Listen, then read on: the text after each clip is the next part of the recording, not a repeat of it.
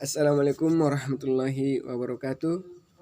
Alhamdulillahirabbil alamin. Segala puji syukur kita ucapkan kepada Allah Subhanahu wa taala yang telah memberikan kita banyak sekali nikmat, terutama nikmat kesehatan, kesempatan, sehingga kita masih dapat mengikuti pelajaran pada saat ini. Dan selawat berangkaikan salam kita hadiahkan kepada Nabi besar kita, Nabi Muhammad SAW, yang dimana beliau berjuang membawa kita dari alam kegelapan menuju alam terang menderang seperti yang kita rasakan pada saat ini. Baiklah, di sini kami dari kelompok pertama akan menjelaskan sedikit tentang fikih munakahat. Perkenalkan, nama saya Iqbal Pakpahan sebagai pemateri pertama.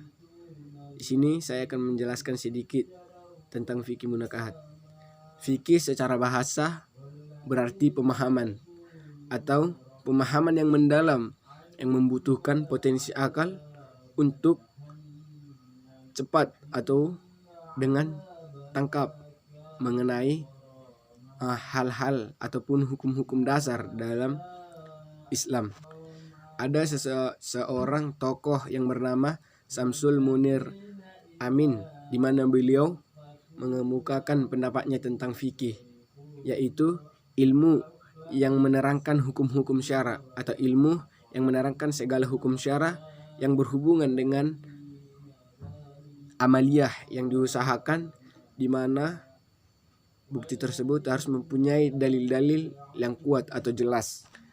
Dalam literatur berbahasa Indonesia, di mana fikih ini diartikan sebagai seperangkat wahyu ilahi dan penjelasannya terdapat dalam sunnah Rasulullah, yaitu tentang perilaku manusia mukallaf.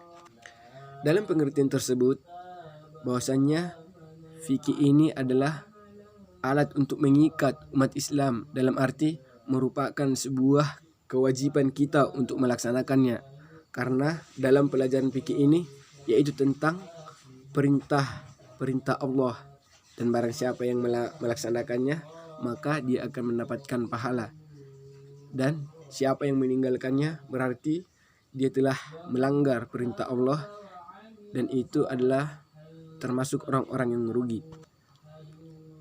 Dalam sebuah hadis Imam Bukhari disebutkan bahwasanya barang siapa yang dikehendaki oleh Allah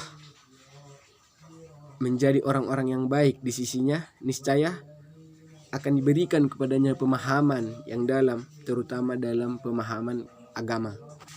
Dari ayat hadis di atas tersebut, bahwasanya dapat ditarik suatu kesimpulan bahwasanya pengertian fikih itu yaitu harus mengetahui, memahami, dan mendalami ajaran-ajaran agama Islam secara luas. Baiklah, masuk kita ke selanjutnya, yaitu tentang pengertian munakahat atau pernikahan. Munakahat ini berasal dari kata nakahah yang berarti kawin atau perkawinan. Jadi fikih munakahat yaitu hukum-hukum yang mempelajari ataupun yang mengatur tata cara dalam perkawinan atau pernikahan dan segala yang berkaitan dengan fikih ataupun dengan fikih munakahat. Sebagai umat Islam, kita harus mengerti apa yang dinamakan dengan fikih munakahat ini, karena ini sangat penting. Ini adalah sebuah landasan bagaimana nantinya kita menjadikan keluarga kita menjadi sakinah, mawaddah, warahmah. Fikih munakahat ini bersumber dari ajaran Al-Quran dan hadis sebagai dalil naklinya, yaitu di mana diterangkan dalam Quran surah Ar-Rod ayat 38 yang berbunyi, yang artinya, dan sesungguhnya kami telah mengutus beberapa rasul sebelum kamu, dan kami berikan kepada mereka istri-istri dan keturunan, dan tidak ada hak bagi seorang rasul mendatangkan sesuatu ayat atau mukjizat melainkan dengan izin Allah. Bagi tiap-tiap ada kitab atau yang tertentu. Secara umum, melakukan pernikahan merupakan sebuah proses alamiah yang senantiasa akan dilalui setiap manusia, karena pada saatnya atau saat mencapai usia dan kematangan biologis dan psikologisnya, di situ akan ada muncul dorongan untuk menjalin sebuah ikatan dengan lawan jenisnya. Tetapi sebelumnya dalam Islam juga diajarkan ataupun kita harus bisa mengontrol diri kita supaya tidak terjerumus dalam pergaulan bebas ataupun perzinahan yang bisa merusak hubungan baik dalam keluarga maupun bermasyarakat. Ulama fikih ataupun pengikut mazhab yang 4, baik itu Syafi'i, Hanafi, Hambali, dan Maliki, bagaimana mereka mendefinisikan bahwasanya perkawinan itu adalah akad yang membawa kebolehan laki-laki untuk berhubungan badan dengan lawan jenisnya dengan diawali lafaz nikah atau perkawinan. Mengenai tentang pernikahan ini, yaitu itu adalah salah satu bentuk perintah Allah dan melaksanakannya adalah merupakan sebuah ibadah. Mungkin cukup sekian penjelasan dari pemateri pertama. Selanjutnya akan dijelaskan oleh pemateri kedua. Baiklah, saya akan menjelaskan poin yang pertama, yaitu mengenai dasar hukum dari pernikahan. Sebagaimana kita ketahui, bahwasanya dasar hukum yang dijadikan sebagai landasan mengenai pernikahan bisa diambil dari 3 unsur. Yang pertama itu dari Al-Quran, yang kedua dari Sunnatul Rasulullah atau hadis, dan yang ketiga ijtihad atau kesepakatan para ulama. Yang pertama dari Al-Quran, sebagaimana disebutkan dalam Quran Surah Az-Zariyat ayat 46, yang artinya, dan segala sesuatu kami ciptakan berpasang-pasangan agar kamu ingat kebesaran Allah Subhanahu wa Ta'ala. Selain daripada Quran Surah Az-Zariyat, Allah juga berfirman dalam Quran Surah Ar-Rum ayat 21 yang artinya, dan di antara tanda-tanda kebesarannya ialah Dia menciptakan pasangan-pasangan untukmu dari jenismu sendiri, agar kamu cenderung dan merasa tentram kepadanya. Dan Dia menjadikan di antara kamu rasa kasih sayang, dan sungguh pada yang demikian itu benar-benar terdapat tanda-tanda kebesaran Allah bagi kamu yang berpikir. Dari penjelasan ayat tersebut bahwasanya kita umat Islam diwajibkan untuk menikah. Selain daripada Al-Quran, dalam hadis Rasulullah juga disebutkan, yang dimana bunyinya, hai para pemuda, barang siapa di antara kamu telah sanggup untuk kawin, maka hendaklah ia kawin. Maka kawin itu menghalangi pandangan atau kepada yang dilarang oleh agama, dan lebih menjaga kemaluan. Dan barang siapa tidak sanggup, hendaklah ia berpuasa, karena sesungguhnya puasa itu merupakan perisai baginya. Dalam hadis ini juga dijelaskan bahwasanya kaum muslim diwajibkan untuk menikah dengan catatan bahwa ia telah sanggup untuk memberi nafkah kepada sang istri. Selanjutnya saya akan menjelaskan poin yang kedua, yaitu rukun dan syarat sah pernikahan. Yang pertama, rukun pernikahan. Rukun pernikahan merupakan suatu hal yang harus dipenuhi ketika menikah. Di sini saya akan memberikan ataupun menjelaskan 5 rukun pernikahan. Yang pertama itu adanya calon pengantin laki-laki dan calon pengantin perempuan yang secara syar'i tidak terhalang untuk menikah. Yang kedua, adanya wali dari pihak calon pengantin perempuan. Yang ketiga, diucapkannya ijab dari wali calon pengantin perempuan ataupun yang mewakili. Yang keempat, diucapkannya qabul dari calon pengantin laki-laki. Yang kelima, dihadirkannya saksi, yang dimana saksi tersebut harus memiliki beberapa syarat. Yang pertama itu diharuskan untuk laki-laki. Yang kedua, beragama Islam. Yang ketiga, berakal balik. Yang keempat, mampu berbicara, melihat dan mendengar. Dan yang kelima, adil. Kelima tersebut harus terpenuhi seorang saksi agar ia bisa dijadikan sebagai saksi. Selanjutnya yang kedua yaitu syarat sah pernikahan. 1. beragama Islam. Yang kedua, bukan berasal dari mahram atau orang yang haram dinikahi. Yang ketiga, adanya wali dari pihak perempuan. Diwajibkan wali tersebut adalah seorang laki-laki dan diharamkan untuk perempuan menjadi wali. Sebagai rujukan dalam hadis Rasulullah SAW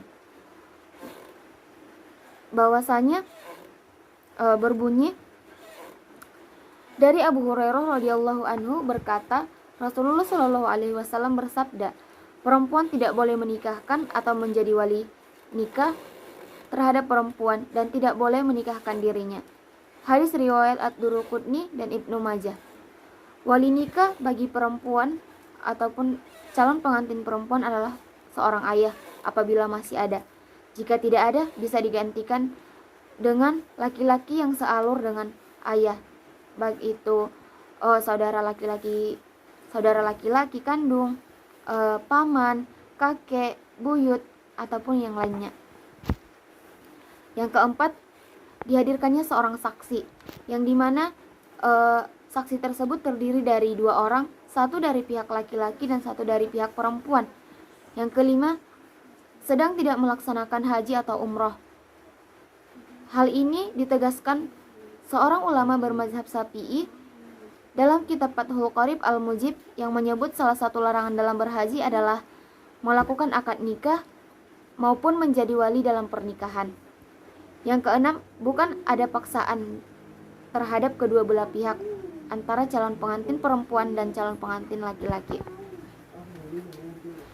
Baiklah, di sini saya akan melanjutkan makalah kami yaitu jenis-jenis perkawinan dalam hukum Islam. Yang pertama yaitu nikah sigor, yaitu menikahkan seseorang dengan putrinya dengan syarat orang tersebut menikahkan dirinya dengan putrinya pula, tanpa ada mahar pernikahan di antara keduanya. Yang kedua yaitu nikah tahlil, yaitu menikahnya seorang laki-laki dengan wanita yang sudah ditalak 3 oleh suami sebelumnya, lalu laki-laki itu menolaknya. Hal ini bertujuan agar wanita tersebut dapat dinikahi kembali oleh suami sebelumnya atau yang telah menolaknya 3 kali. Yang ketiga, nikah mut'ah, yaitu menikahnya seorang laki-laki dengan seorang wanita dalam jangka waktu tertentu, misalnya 1 hari, 3 hari, sepekan, sebulan, atau lebih. Bentuk hakiki dari nikah mut'ah adalah dari segi rukun nikah mut'ah tidak ada perbedaan yang signifikan dengan nikah pada umumnya. Namun dari segi syarat ada yang tidak terpenuhi, yaitu ada masa tertentu bagi umur pernikahan. Sedangkan tidak adanya masa tertentu itu merupakan salah satu syarat dari akad. Perbedaan lainnya dari pernikahan biasa adalah tidak terbatasnya perempuan yang dapat dinikahi secara nikah mut'ah. Sedangkan pada pernikahan biasa dibatasi 4 orang dengan syarat dapat berlaku adil. Tujuan dan hikmah perkawinan dalam hukum Islam. Tujuan perkawinan menurut hukum Islam terdiri dari yang pertama, memperoleh ketenangan dalam menjalani kehidupan. Yang kedua, untuk memenuhi naluri manusia. Yang ketiga, membentengi akhlak. Yang keempat, agar ibadah kepada Allah Subhanahu wa taala semakin meningkat. Yang kelima, agar memperoleh keturunan yang soleh. Kelima tujuan perkawinan ini didasarkan pada Quran Surah Ar-Rum ayat 21 yang menyatakan bahwa Ia jadikan bagi kamu dari jenis kamu jodoh-jodoh yang kamu bersenang-senang kepadanya, dan Ia dijadikan di antara kamu percintaan dan kasih sayang. Sesungguhnya hal itu menjadi bukti bagi mereka yang berfikir. Faedah yang terbesar dalam pernikahan ialah menjaga dan memelihara perempuan yang bersifat lemah dan kebinasaan. Perempuan dalam sejarah digambarkan sebagai makhluk yang sekedar menjadi pemuas hawa nafsu kaum laki-laki. Perkawinan adalah pranata yang menyebabkan seorang perempuan mendapatkan perlindungan dari suaminya. Keperluan hidupnya wajib ditanggung oleh suaminya. Tujuan pernikahan yang sejati dalam Islam adalah pembinaan akhlak manusia dan memanusiakan manusia sehingga hubungan yang terjadi antara dua gender yang berbeda dapat membangun kehidupan baru secara sosial dan kultural. Hubungan dalam bangunan tersebut adalah kehidupan rumah tangga dan terbentuknya generasi keturunan manusia yang memberikan kemaslahatan bagi masa depan masyarakat dan negara. Adapun pentingnya perkawinan bagi kehidupan manusia, khususnya orang Islam, adalah sebagai berikut. Yang pertama, dengan melakukan perkawinan yang sah, dapat terlaksananya pergaulan hidup manusia, baik secara individual maupun kelompok antara pria dan wanita, secara terhormat dan halal, sesuai dengan kedudukan manusia sebagai makhluk yang terhormat di antara makhluk-makhluk Tuhan lainnya. Yang kedua, dengan melaksanakan perkawinan dapat terbentuk satu rumah tangga, di mana kehidupan dalam rumah tangga dapat terlaksana secara damai. Yang ketiga, dengan melaksanakan perkawinan yang sah, dapat diharapkan memperoleh keturunan yang sah dalam masyarakat, sehingga kelangsungan hidup dalam rumah tangga dan keturunan dapat berlangsung secara jelas. Yang keempat, dengan terjadinya perkawinan, maka timbullah sebuah keluarga yang merupakan inti daripada hidup bermasyarakat. Yang kelima, melaksanakan perkawinan dengan mengikuti ketentuan-ketentuan yang telah diatur dalam Al-Quran dan Sunnah Rasul. Cukup sekian presentasi dari kelompok pertama. Kurang dan jangkalnya kami terlebih dahulu minta maaf pada kawan-kawan. Wabillahi taufiq wal hidayah. Wassalamualaikum warahmatullahi wabarakatuh.